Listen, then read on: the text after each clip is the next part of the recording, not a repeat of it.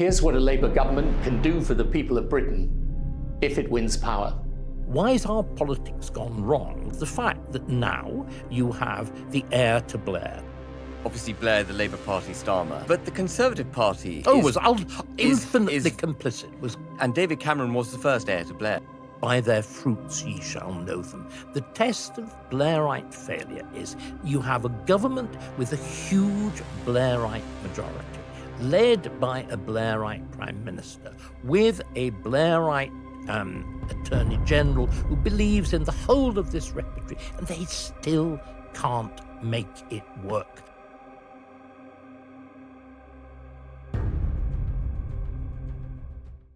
Thank you, folks, for tuning in to Fearless, the new Advance UK channel. Some of you may be familiar with the News at Ben, which typically goes out at 10 o'clock on a Sunday morning. This is going to replace the News at Ben, and I hope that the content will be, in fact, much better than what you've been getting solely from me, typically on a Sunday morning. We aim to interview people largely who are on our side of the debate, and for them to reveal the problems the country faces, their idea of how to solve those problems, and what they're going to do to assist us in solving those problems. So if you like what you hear, if you believe in Advance UK, what we stand for, then I urge you to subscribe to this new channel at Advance UK. And I also urge you, please join up as a member if you're not already a member of the party. Go to advanceuk.org.uk and sign up as a member today. And if you do sign up as a member, may I also press on you to convert your friends, your family, and your colleagues into members too. We can only change this country, we can only improve this country if we win the next general election, and that depends on us getting hundreds of thousands of members. It's not good enough to rely just on yourself. We need you to get others to join as well. And on this first show, we're joined by David Starkey, a formidable intellectual, a proud proponent of a prosperous, independent, sovereign United Kingdom, someone who has stood his ground for years and years making the case for this country. Please do leave your comments below this show. And also, if there are other voices you'd like to hear, please let us know who they are so we can get them on the show. And again, just to remind you, please sign up as a subscriber to this channel. Help us help the nation. Well, David, thank you very much for joining me on our first ever output for Fearless, Advance UK's new YouTube channel. So I'm a kind of, John the Baptist? Making the way of the Lord, yes, right. Yeah, probably. But, thank you very much for coming on the show. And as you know, I've been a long-time admirer of yours, and you have been fighting the political battle, as it were, for decades. I think just before we went on air, you mentioned your first time on television was 1977. I haven't been fighting a political battle. In fact, I'm really not quite a political virgin, but I'm still a political child. I only really got seriously involved in party politics in the last 5 years. I'm a long-standing member of the Conservative Party. My political alignment became clear as so many other people's did, in 1979 with the Winter of Discontent and the vote for Margaret Thatcher and so on, and it's never shifted. But I had very little direct involvement. I had no direct involvement. The thing that really politicized me, Ben, it will not surprise you to hear, was being cancelled. Yeah. The cancellation of 2020. That's what gave me energy, focus, direction, that most important thing, hate. Not the kind of hate that embitters you and sucks you up, but the awareness that there's a real enemy that requires removing. I've told the story before, but it's worth retelling and giving me particularly enjoyment of watching the slow political death of Keir Starmer. In that summer of 2020, England went mad. And I think it's really so much of where we are now is a result of that summer. This is the summer of COVID. It's the summer of BLM. And the combination of those two things was what temporarily, it turned out, undid me. There was that desperate attempt in the wake of the George Floyd killing, or whatever happened to him, much disputed.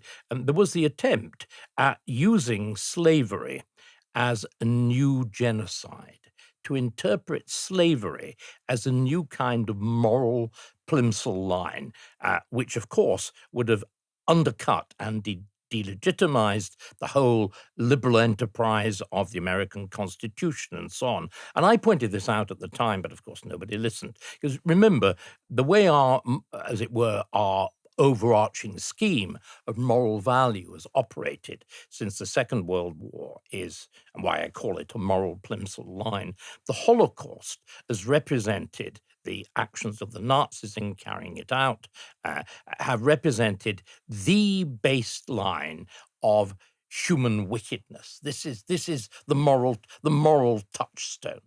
And what we've seen since then, with the determination to construct alternative narratives in which different groups acquire prestige, bizarrely, by their degree of victimhood. You see the determined attempt to capture the idea of the Holocaust as the unique defining crime for other groups. And in 2020, there was that determined attempt at capturing it for blacks through slavery. Now, of course, there's the determined attempt at capturing it for Palestinians against Jews. But I think the really remarkable thing is the focus on this. And I, of course, denied it, pointing out very clearly, as indeed some people are pointing out now with the claims about a genocide in Palestine, they are pointing out that since the start of the war, the population of Palestine has actually, the struggle since the terrible October events, the population in Palestine has risen by apparently something like 9%. Risen. Which is very difficult to have if you have. Now, I read this only recently, and one may be suffering from one of those terrible defects in the placing of a decimal point. But at any rate, the population of Palestine has risen measurably. Since Now, the war started. which, of course, is the great problem, as I pointed out, with trying to define slavery as a genocide. And I'll throw the question at you. Have you any idea of roughly how many blacks were exported to America in the time of the 13 colonies? That's to say. That's a very good question. And I should have the answer. But It's a few 100,000. Yeah. So all of those tens and tens of millions, now 14% of the population of the United States, stems from that tiny group. So that, oddly enough, doesn't look like a genocide. If you look at the Jewish population of Europe in the period, the years before the Second World War to the end of the Second World War, there's a diminution of at least 1/3 overall over the whole European continent. In other words, gigantic diminution of numbers, a genuine genocide. And these basic figures are things, of course, that the left absolutely hated. But I hang myself by rather than just giving you the nice straight figures that I've done now. It can't be a genocide, you will remember I said, because otherwise wouldn't be so many damn blacks. Anyway, and that's what got you cancelled. And that's what got me cancelled. Yeah. And the ruination if one cared about these things of a lifetime of academic achievement and everything else. But what is interesting is it took two stages. People forget this. There was the first moment at the end of June, beginning of July, in which, of course, things happened extraordinarily rapidly then. We've forgotten, really, what actual cancellation consisted in. Cancellation depended entirely on the machinery of Twitter. It was generated by a deliberate Twitter storm, and the work of Jonathan Haidt, who is one of the most interesting sort of psychosociologists, you could really call him, working in America, demonstrated that the whole ability to cancel people depended on actual functions of the iPhone, the like button and whatever, which enabled you to communicate a quick opinion to multiple numbers of people. And of course, it worked like compound interest, because as one person communicated to all 7 friends would communicate to another 7, and it's compound interest and works like that. I know actually the person who triggered it. You can identify the individual, particularly Who triggered the movement against you. I know exactly who it was. Yeah. It was a particular member of the book shifting staff in the British Library, long-standing member of the Socialist Workers' Party, all the rest of it. Anyway, so there was that moment, which is why, of course, everything moves so quickly. And we were talking before we went on air about the kind of oddities of background. I'm presenting this great dramatic event, which resulted in the loss of my, how many years connection was it with Cambridge? 50-odd year connection with Cambridge. Have you reconnected now? No. With institutions that I had founded and created, bodies on which I've been the dominant trustee and all the rest of it, all within a tiny, tiny number of hours. It was literally from 11 in the morning until 5 in the afternoon. All went. But do you know what I was doing?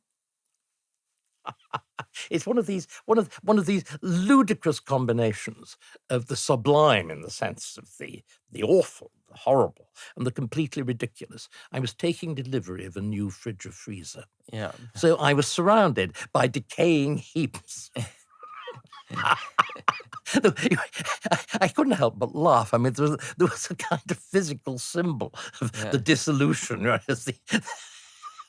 So that was the first stage of it. But it was then revived in the October when, and this again, it touches so many other things that we should be talking about. A London detective constable in the Metropolitan Police with a very obviously Muslim name, apparently a leading light. Did you know we have a Muslim Police Officers Association? Yes, I was aware of that. A deeply shocking thing. Yeah. Decided... Not just in the police, in many institutions. Public, I mean, heavily present in the Home Office, of course, the BBC and whatever. But this man decided that myself and Darren Jones, it was on Darren's podcast, that I'd made the tiny little thing which nobody had heard. I mean, the way cancellation worked was by picking up some obscure event and then giving it gigantic publicity. And often out of context. And ripping it out of context, precisely. Anyway, decided that myself and Jones had committed the events of inciting racial hatred under the Public Order Act, which, of course, carries sentences of 5-6 years imprisoned.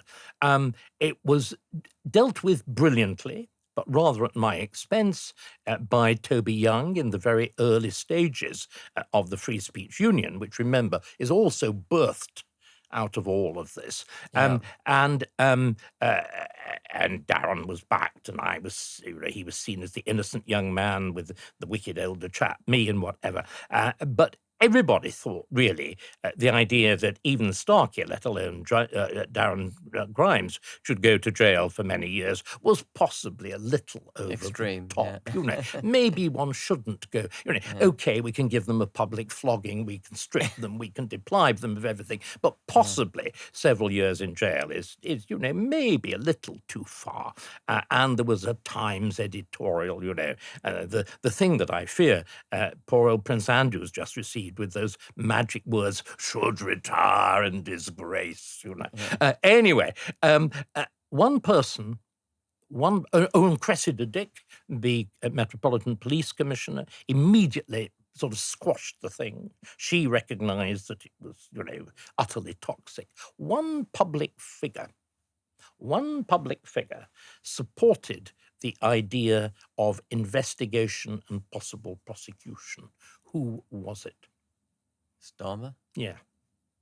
This tells you all you need to know about that man, that kind of railroad legal mind, the aggressive pursuit of the woke agenda, but rooted in law. This is what people haven't understood, I think, Ben. The reason why this stuff, which we now know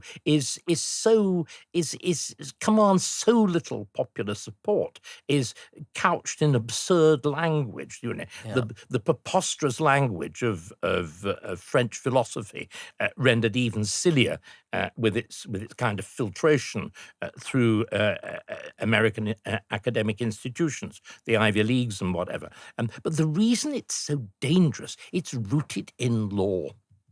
Absolutely. It's entrenched in law, and it's that we need to get rid of. Anyway, what I'm saying is all of that experience, it put iron in the soul.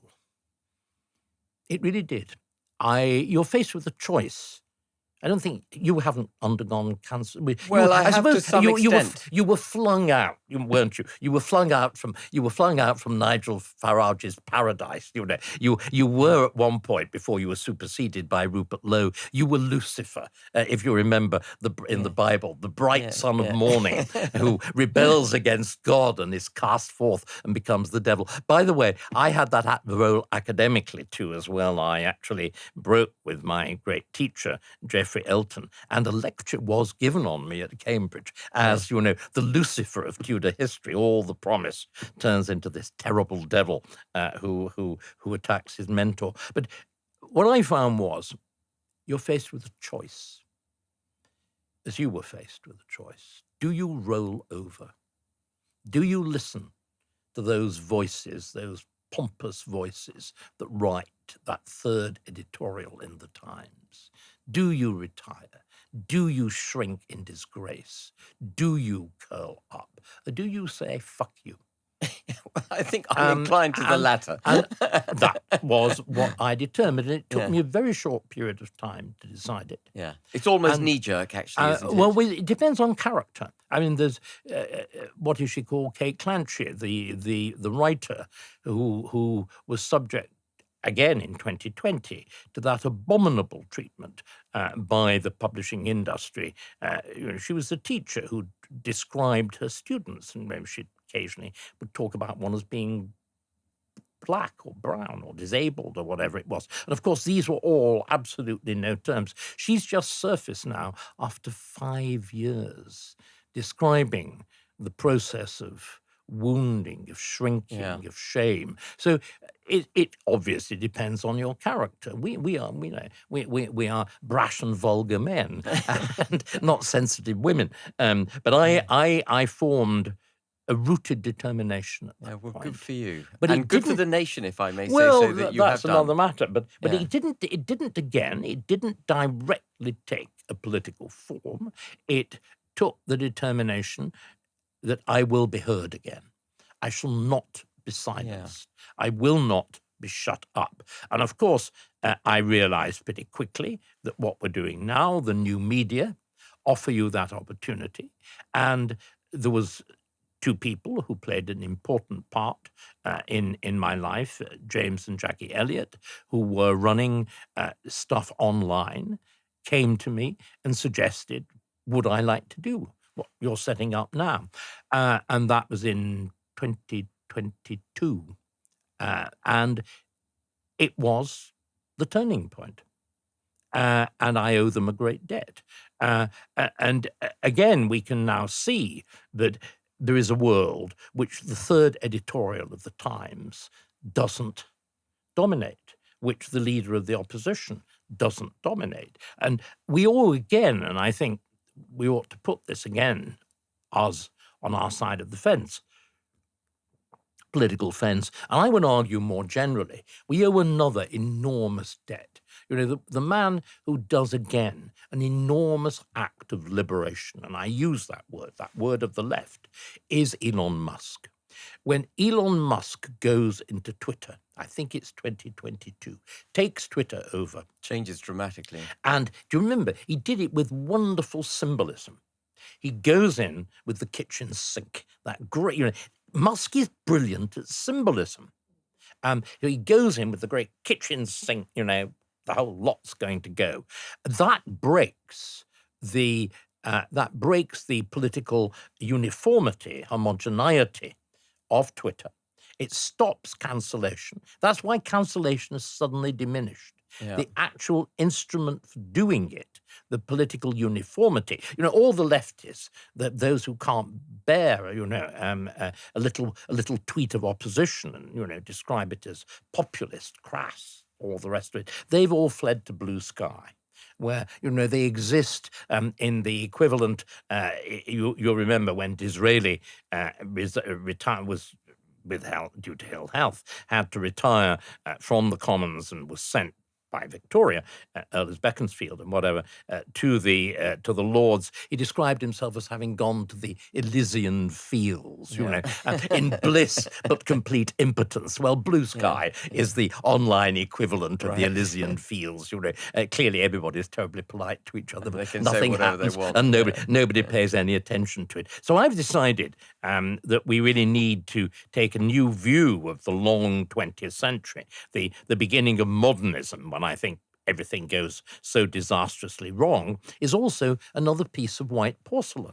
It's the famous moment of Marcel Duchamp at the end of the First World War, exhibiting an inverted urinal and labeling it a fountain. The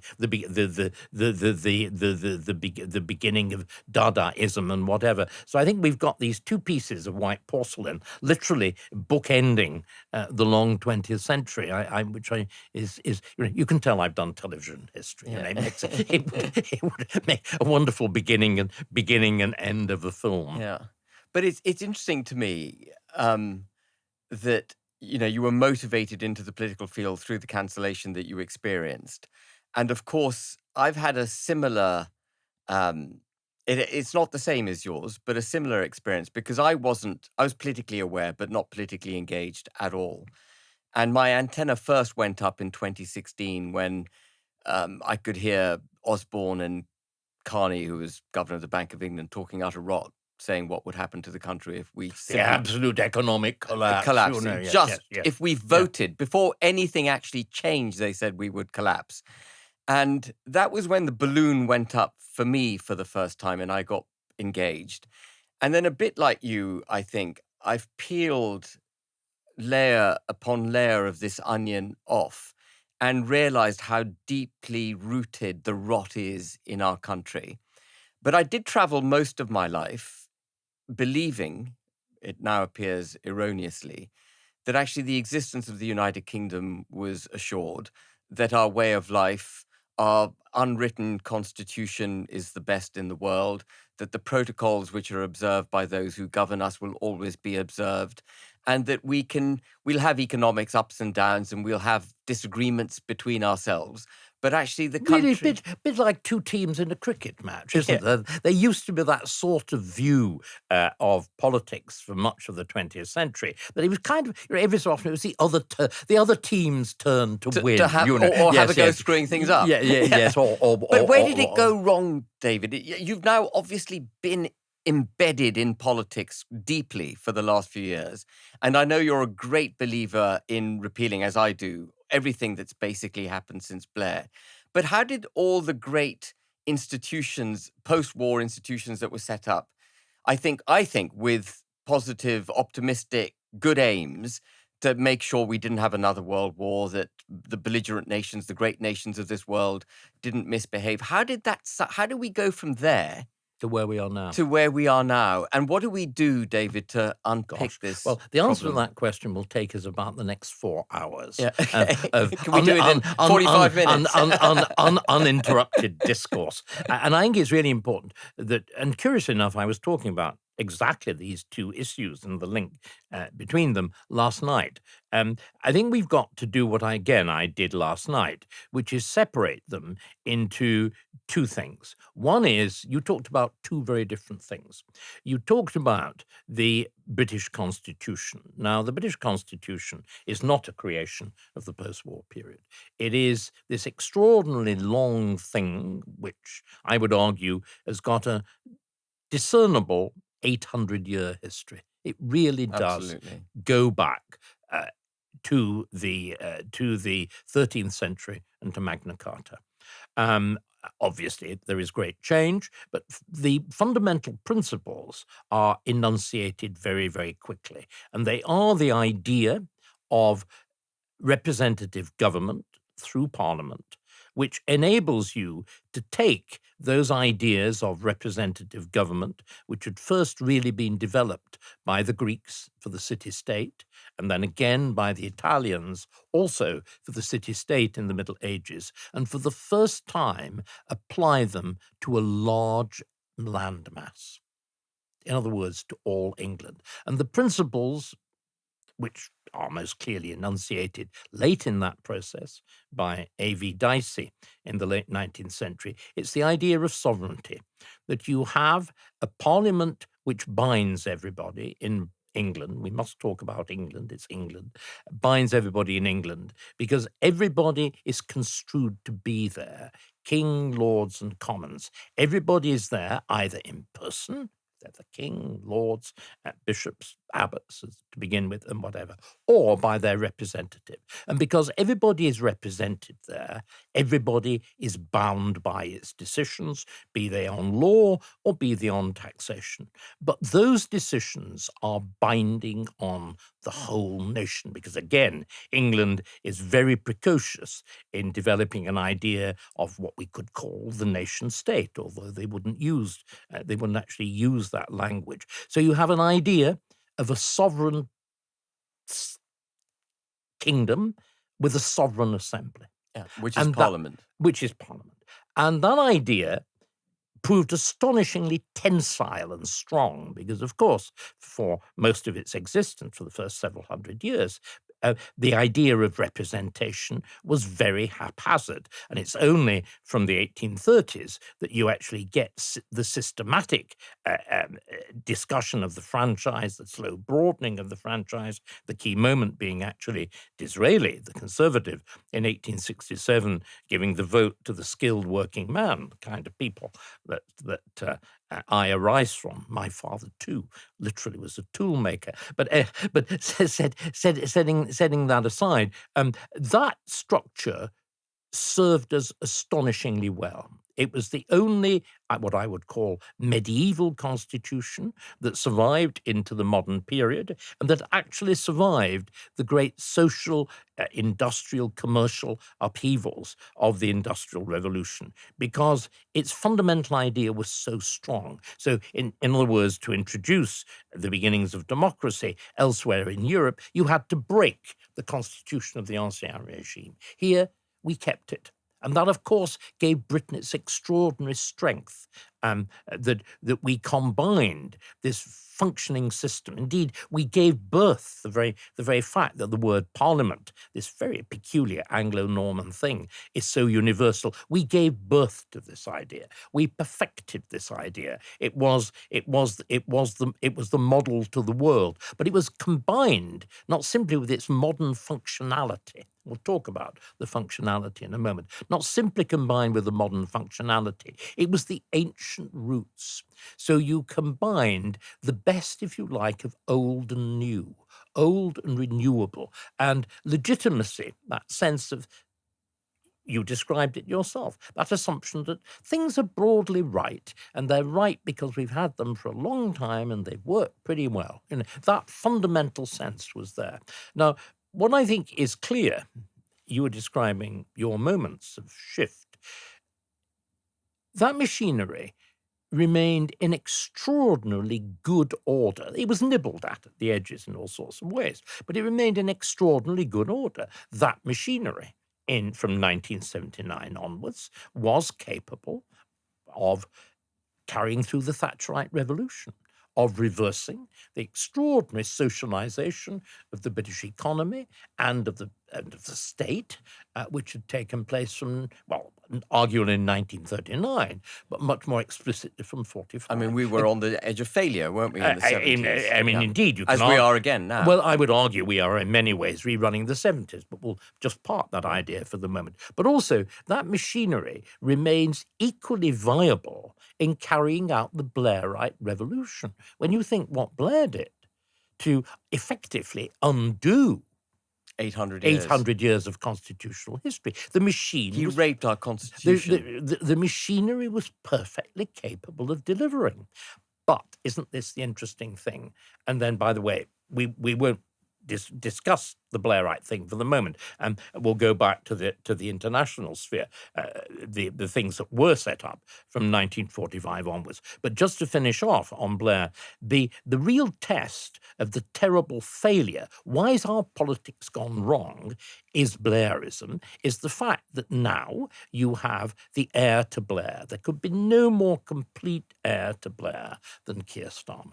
A man who believes in everything. We were talking about, when I gave my anecdote about Starmer's determination that my prosecution should, and Darren Grimes's, should be looked at seriously back in 2020. Here is somebody who believes in the whole repertory of multiculturalism, of internationalism, of human rights, of the importance of limiting freedom of speech to protect a higher purpose. Starmer is the absolute quintessence. You know, if you're able to take the Blairite revolution, Ben, and treat it like the production of a fine brandy, and do a complete distillate of the Blair revolution, the exquisite thing that you would Starmer.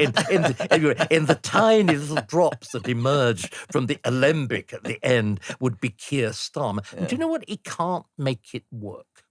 And this is what is there's that wonderful biblical phrase, by their fruits ye shall know them. The test of Blairite failure is you have a government with a huge Blairite majority, led by a Blairite prime minister, with a Blairite Attorney General who believes in the whole of this repertory, and they still can't make it work. So there's the test of where it goes wrong. You can identify precisely 1979, it can undo. 1997, it can undo even more. Now, it's very difficult. It's stasis. Yeah. It's stasis. Let's just park all that and then go back and look at the other half of your question. Can I add yes. a bit to my question? Yeah, because it's already big enough. Well, you mentioned, obviously, Blair, the Labour Party, Starmer, but the Conservative Party was infinitely complicit. Yeah, it's complicit. And David Cameron was the first heir to Blair. In fact, he was indeed, but he used the phrase. Yeah, he used the phrase. He actually boasted about the fact. But arguably the worst heir to Blair is Theresa May. But I mean, you can actually look. There's a kind of descent. Descent rather than dissent in the sense of dissenting. Descent from Cameron. The decision that's taken, particularly by Osborne, I think we need to register that the reason for the appalling state of public services, and here Labour is right, is Osborne's decision on the nature of state cutback. Now, it was essential in 2010 to cut back state expenditure. You know, the famous note from the Secretary to the Treasury, there is to his successor, there is no money left, was absolutely true. But it was the disastrous way they did it. You decided to protect two departments, the NHS and, unbelievably, foreign aid. Extraordinary. Everything else was cut, including justice and defence. The two, if we go back to the Middle Ages, which we were talking about, the two essential proper features of government is the administration of justice at home and the protection of the state, the kingdom, against enemies abroad. And it's fundamental. They are the two fundamental aspects of government, and they were the ones that suffered particularly. Hence, we're seeing the collapse of our frontiers on the one hand, and the shocking escape of criminals, the release of criminals early, the whole effective collapse of the judicial system. And the square responsibility for that is on George Osborne. I had a stand-up row with him. I can even remember the place, Crosby Moran Hall, in 2012, when I told him what the consequences would be. What you have to do, and again, we can see this with the complete inability of Labour, to choose what the state can't do. Politics famously, it's a cliche, is about choice. You have to decide the things that the state will have to pull out of, the things that it will have to limit, the things that it will have to stop doing, and you stop doing them. The absurdity that we have the special educational needs. I mean, I only learned a couple of nights ago. Do you know that the determination of special educational needs has now got a quasi-legal mechanism? There are tribunals. So if you get some pushy parent saying, little Johnny bites his fingernails and suffers from attention, whatever it is, deficit disorder, clearly he needs, taxi to school and all the rest of it, and the local authority sensibly says, terribly sorry, we don't think this is serious enough, and by the way, we can't afford it. She then appeals to a quasi-judicial tribunal, which almost invariably finds not only does Johnny need his taxi, he needs 2 taxis, because presumably he's got to come home to be comforted by mummy at lunchtime as well. And before you know it, you're looking at on that one child at about 70 or 80,000 a year for transport costs. And area after area, the state has metastasized. This has to be cut back. But anyway, but if you look at the broader conservative guilt, and I use that word, guilt, I think we do need to use it. The College of Policing is with everything attendant on it, and the whole terrible consequences of the Lawrence inquiry. I mean, the Macpherson inquiry, the Lawrence murder was dreadful, but the Macpherson inquiry, the whole notion of institutional racism, but its long echoes finally culminate under David Cameron with the setting up of the College of Policing. This extraordinary thing, which is a company. It sounds something we've had forever. It's actually a company limited in company. It's a company guaranteed. It's a guaranteed company, like the Reform Party. But it is responsible for concocting this non-crime hate incident, which fully comes into play under Theresa May. And it's cancel culture. And with the state participating, it becomes the state version of cancel culture. Monstrous. Secondly, Theresa May is responsible for the legislation of net zero. I mean, the 2050 deadline, with the result after she knew she was being ousted, after she'd been ousted. Exactly. And she put it on the statute book. with less debate in Parliament, with a fraction of the debate in Parliament as had been on fox hunting. The sheer absurdity of this thing, nodded through by both sides of the House. But what's even worse now, Ben, this means that judges actually determine extractive policy. Whether or not you can drill in, whether you can remove oil from the North Sea, open up new fields, whether you can frack, is determined by judges. So how do we sort just one out? second, and let's just finish off the charge sheet. Charge, and it's under Theresa May, a conservative Prime Minister, that you begin the process of gender self-identification for transsexualism, and she is responsible. Do you remember that amazing lunatic speech that she gave on the steps of Downing Street? A conservative Prime Minister talking about burning racial injustice. The whole enforcement of DEI on the civil service is her. I mean, it was, I think there can be no doubt whatever, it is the most extreme liberal in the American sense of the term. Illiberal, really. Illiberal, but liberal, mad left liberal government we've ever had. And it bore a conservative stripe. Quite extraordinary. Can we just, because I think it's really...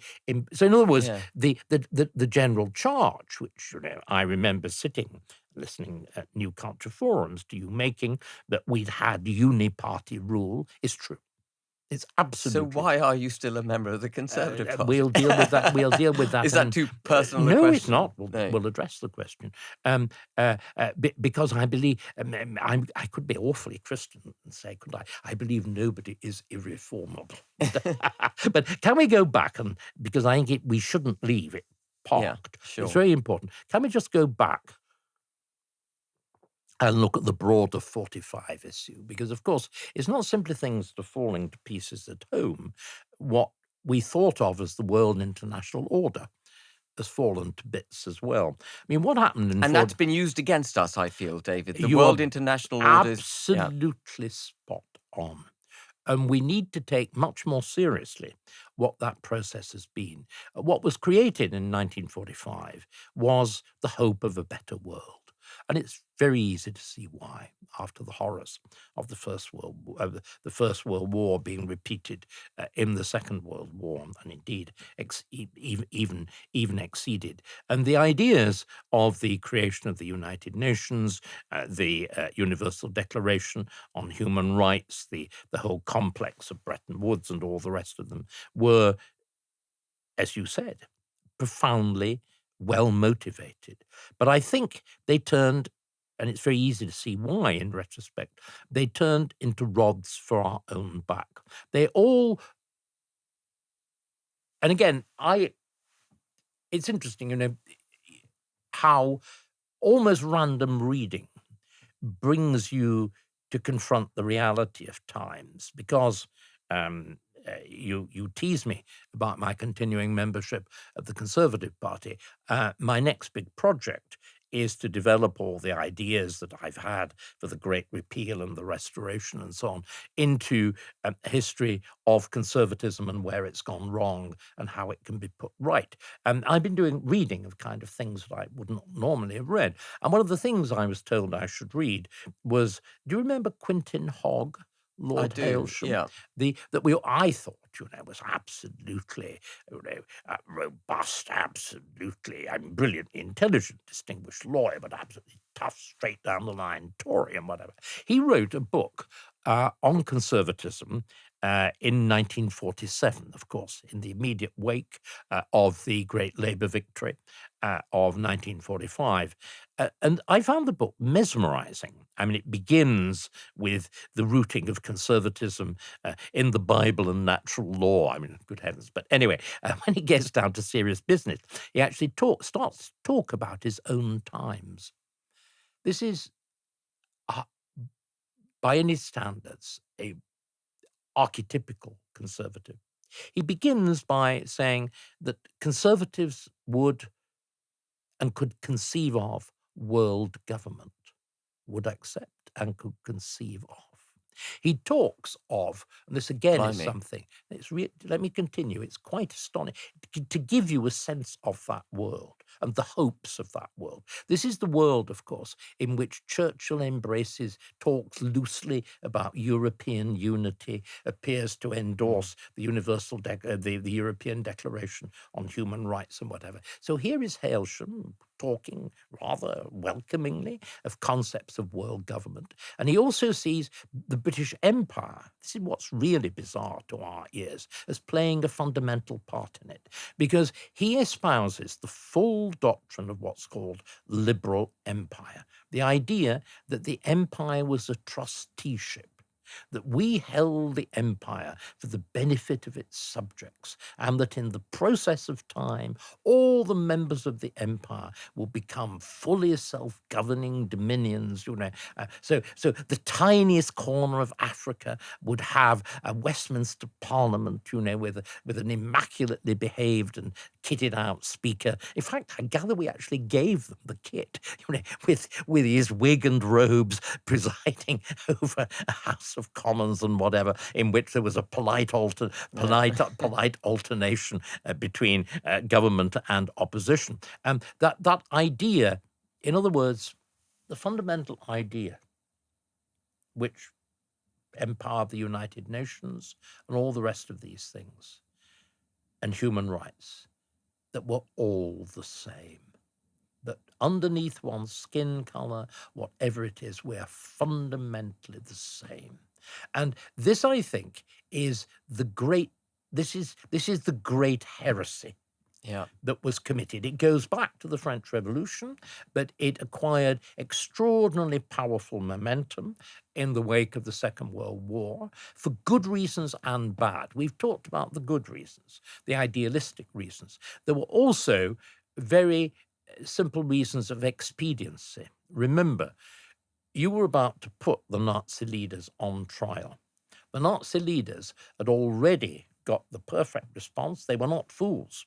Many of them were very intelligent. This is victor's justice. So what you had to have was to have a doctrine of universal rights, something that sat above the state, to which all state, in other words, the Nazis... To legitimise the putting to death of the Nazis. That's right. That you couldn't say, the government said that I should. Now, this, of course, I think, has proved to be the damnosa hereditas. It's proved to be the thing. Because fundamentally, if that applies to the Nazi state, it applies to every other state. And that has meant that right from the beginning, right from 1945 onwards, the actual legitimacy of the state, the idea that a state is sovereign, the idea even that states should exist. I mean, what's interesting, we're again, as part of this extraordinary new world, the rise of the Green Party, the rise of this extraordinary creature, Zach Polanski, born David Poulden, and with his professional qualifications as a Harley Street hypnotist, specializing in breast enlargement, if you remember. I didn't know that about Zach Polanski. He was a Harley Street hypnotist, and he persuaded women that if they thought about it enough, they would grow from AA to DD. You laugh, but his economic policies are identical. I mean, they're as indeed are Rachel Reeves. I mean, I call it brain dance economics. Talk about growth, hope for growth, and hope it happens. Even if you double taxation and quadruple regulation. But just going back to, if you look at the Green policies on immigration, they embody all the things I'm talking about. There should be no frontier. There should be no difference. It stands against humanity. It stands against humanity. There is one common humanity. And the moment we subscribe to that doctrine, of course, we're done. We're done. But it's more than that. There's the instant charge of hypocrisy. And what's very striking is, and the event that I was speaking at last night, the European Atlantic Group, was founded by one of these extraordinary women. She was a product of empire. The women who stood behind their men, these formidable, often tiny little women, but with vast will, and rejoicing in the name of Elmer Tryphosa Dangerfield. Elmer Tryphosa Dangerfield founds the European Atlantic Group. But one of the amazing things about her was she was one of the handful of people from 42 onwards to recognize the desperate wickedness of the Soviet Union and of Stalin.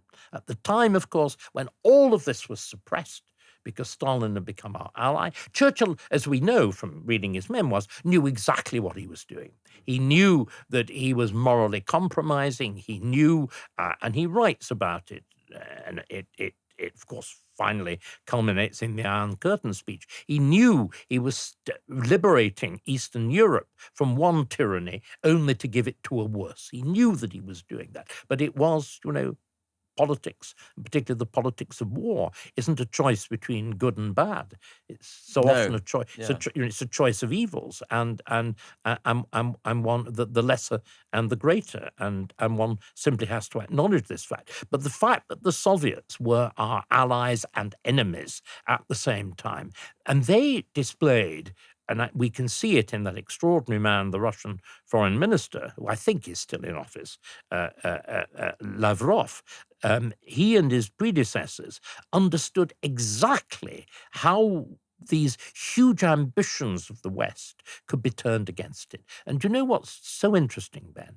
You can see now why certain words that otherwise it's very difficult to explain, for example, why fascism is so prominent in the discourse of the left. Can I tell you why?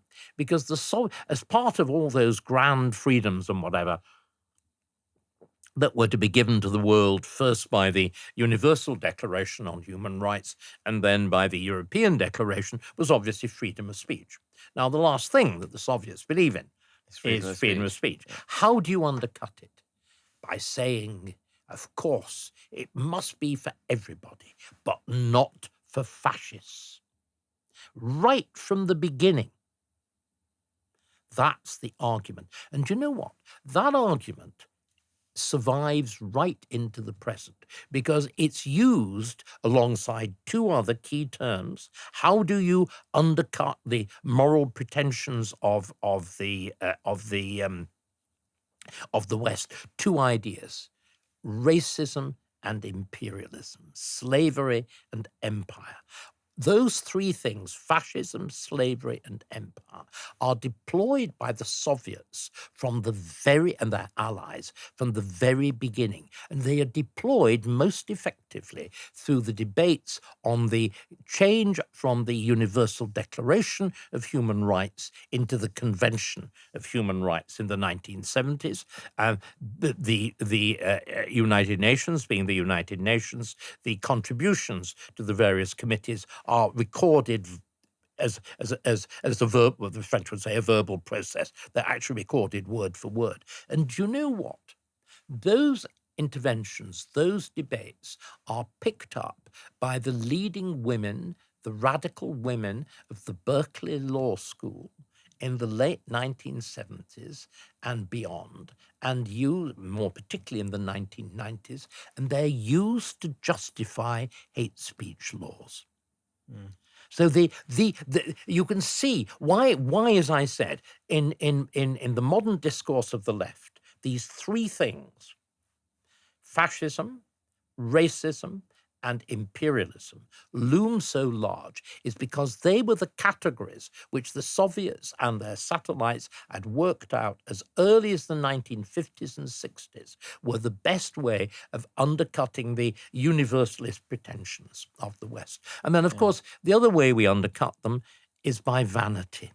The 1989, the fall of the Soviet Union, that appalling essay by Fukuyama about the end of history and the triumph of the West. And of course, a man who's died very recently, and I think difficult to say too little harm about him, the Dick Cheney. Cheney's driving of American foreign policy, the so-called neoliberalism, the invasions of Iraq, Afghanistan, and later on Libya, were based on this bizarre notion, which is Rousseauian. You could force people to be free, that if you conquered them, if America marches into Iraq, it will be greeted as a liberator. I know. Absurd. But you see, again, what we've got to understand, Ben, it's founded on the same idea as Zach Polanski, that we're all fundamentally the same, that there's no history, that the fact that you are a product of a stable culture and a particular culture is fundamentally what you are. In other words, this is exactly what Edmund Burke attacks in his great treatise, The Reflections on the French Revolution. This is exactly what he attacks, this ruthless international liberalism, this belief in universality. And strikingly, the only British politician who has really deployed the same sort of arguments with similar brilliance is Disraeli. Disraeli understood completely from his works as a very young man, written in the 1830s, right through to his great speeches as by far the best leader of the Conservative Party, though not the best Conservative Prime Minister of the 1860s and 70s. He understood the enemy is international liberalism, and of course, undermining our culture. Precisely. But what we can now see, Ben, is Blair was the culmination of this. Blair brought all that home. He brought all that home to Britain, and he superimposed it on top of the British Constitution with the absolutely disastrous consequences that we see around us now, the collapsing economy, the collapse of public trust in every institution. I mean, I don't know if you're aware, David, I was looking at the government website the other day, and they have a definition of far right now on the government website. They try to define you and me. Yeah, well, we are, according to this. And so far right terrorism is born out of far right ideology. And first on the list is, for being far-right ideologues, are people who believe in cultural nationalism. Right. So if you believe in your country, you are by definition far-right. Mm. And that's where we've got to. So we're in a really bad place where the government feels able to vilify the culture of its own nation, our own government. It hates it. It hates it. It hates. So what do we do, David? Because so just one thing I'd like to mention before we move on. The reason, by the way, we're here is because I too have been cancelled again by the media because I set up Advance UK. So we've had to respond by having this channel. And so the cancellation culture to which we've referred so much comes also from our own side. Of course. You know, they've adopted it. And Farage, I'm afraid, without wishing to name names, but I will, is guilty of the same thing. He's habitually throwing people under a bus if they should say anything remotely what might be regarded as far right. In other words, believing in our cultural nationalism. And that also means that you are obliged to take the knee to foreign cultures. And it comes back to where you started the conversation. And in amongst those cultures, of course, is Islam. And so how do we deal with the opposition, the headwinds that we've got from the very apparatus of state that is telling us, informing us, giving power to people who would cancel us just because we believe in our country? How do we deal with this, David? What's the solution? Well, as you know, I have various ideas. I've never been short of ideas. And by the way, it is worth putting one other thing in place. Again, so much I've been talking very often, very autobiographically. And I think it's important one understands, I think it's especially true if you're a conservative, on the importance of, if you like, the circumstantial, the weight of events. I talked about Hailsham and the immediate aftermath of the Second World War, that extraordinary wave of hope, of enthusiasm, in some ways of naivete. I talked of my own reaction to cancellation, but I've had one or two extraordinary personal experiences. Again, when I got my own YouTube channel going after 2022, I was approached not very long afterwards by a man called Oliver Lewis, who had worked with David Frost at the heart of Downing Street at the time of the great crisis of Brexit, if you remember, when the entire state machine sort of turned in on itself in its horror at the result of the referendum, and you got Parliament led by the House of Commons, led by the disgraceful Speaker John Bercow and that shameful renegade Tory Dominic Grieve, attempting to turn the machinery of the House of Commons against the government, to replicate, in a sense, bizarrely, the early stages of the Long Parliament against Charles I. And clearly, as I think he was actually, could he have been, I don't think he could have been a spad to a spad, which is what David Frost was. But anyway, working in the heart of Downing Street as the whole of this, and the debate, the great dispute over prorogation and everything else was going on. Anyway, Lewis asked, whom I didn't know, asked, could we meet? And he gave me the fruits of his wisdom, of his experience. And it was that evening's discussion. I can remember the restaurant. It will be the New Granita. It will be the. It was at Saint-Jacques, at the bottom of St. James's, and our conversation formed the basis of my whole analysis. You asked me, what are the first steps we take of what I call the Great Repeal and Restoration, the undoing of the Blairite overlay on the traditional British Constitution. Because what Blair did, and it's articulated completely clearly by Charlie Faulkner in 2003, Blair takes the decision, again, following very much from the reaction to Nazism. Remember, Nazism and the argument that Hitler came to power with a democratic mandate completely transforms how German politics is operated subsequently. You have always the sense democracy can't be trusted, which is why you have this extraordinary notion of the German state, the German constitutional court, being pushed by particularly the SDP to ban the largest democratic party. This extraordinary AfD. the AfD. This extraordinary business. Blair represents a slightly less explicit version of that. The sense that decisions are best not taken by anybody who answers directly to the electorate. And what Blair does, he diffuses the power which had traditionally been held by the minister, the prime minister, on behalf of the sovereignty of parliament. He traditionally diffuses that power in two directions. On the one hand, to the experts of the quangocracy, the 444 quangos that between them control 500 billion. And you've mentioned a few during the course of this conversation. And we've mentioned some of them, climate change and whatever. And of course, COVID itself acting as the type case as to why this is such a bad idea, because we were run by a single issue committee, single issue scientific committee. We were run by SAGE. And the catastrophe of SAGE illustrates why such committees are such a bad idea. It's the idea of the Platonic rule of the expert. And they're such a bad idea because it's fought for. The phrase is fought for between Theodore Roosevelt and Winston Churchill. You want your scientists on tap, but not on top.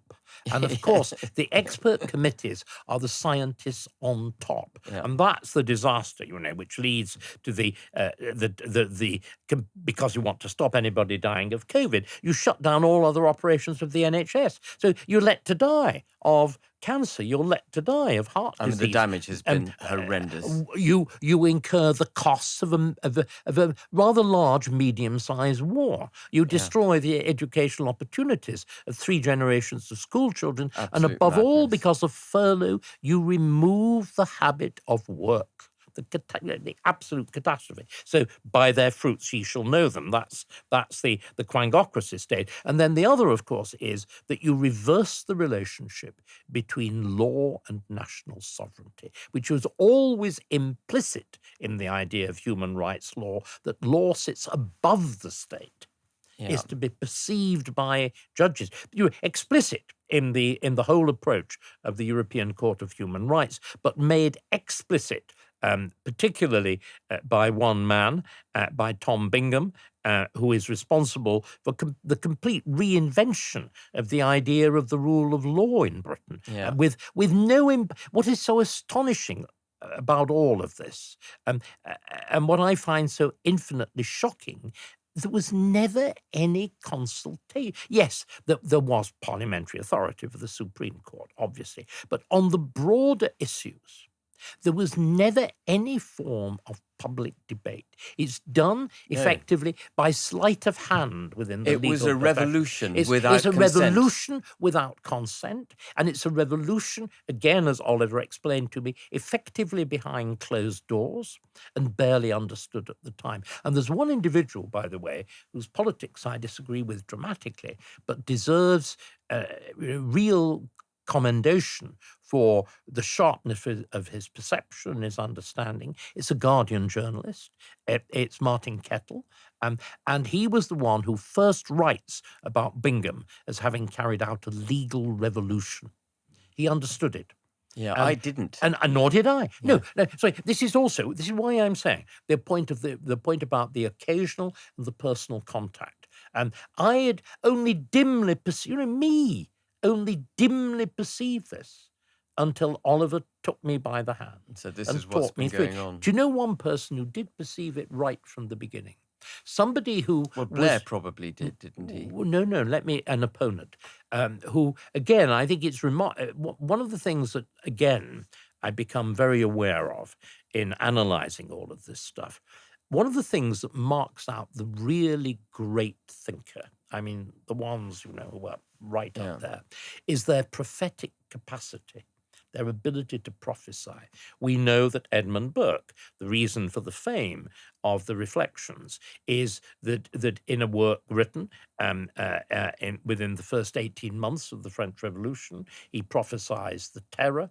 He prophesies effectively the execution of the king. He prophesies the rise of Napoleon, the attempted conquest of Europe. That's quite extraordinary. Well, one person prophesied in 1997 everything that Blair would do. Roger Scruton, in a completely obscure essay. And what I think is interesting about Scruton is he was able to do everything apart from provide a proper grounds for conservative politics. I mean, he wrote all of this vaguely, as he described it himself, Hegelian stuff. Whereas what I am arguing, and you ask me why I remain a conservative, let me come round to answering that question. Because first of all, I'm sentimental. I'm a Burkean.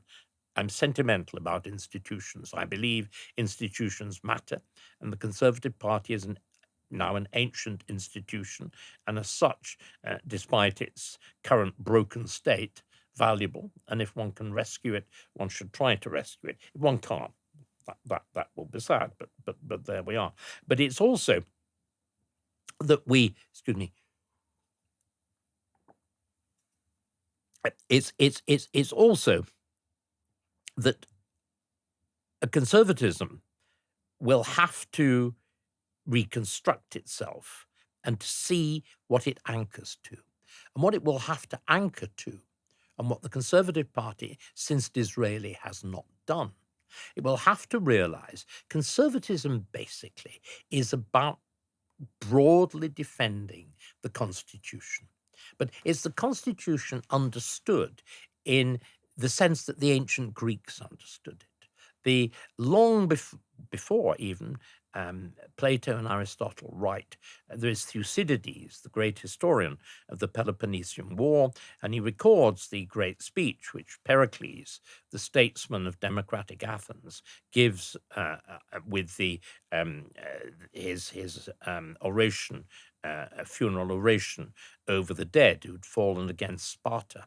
And it's that praise of the Athenian constitution, not simply as a technical body of rules, but as the embodiment of the values of a people. And that, I think, is what we should be working towards. And it's not just cultural nationalism.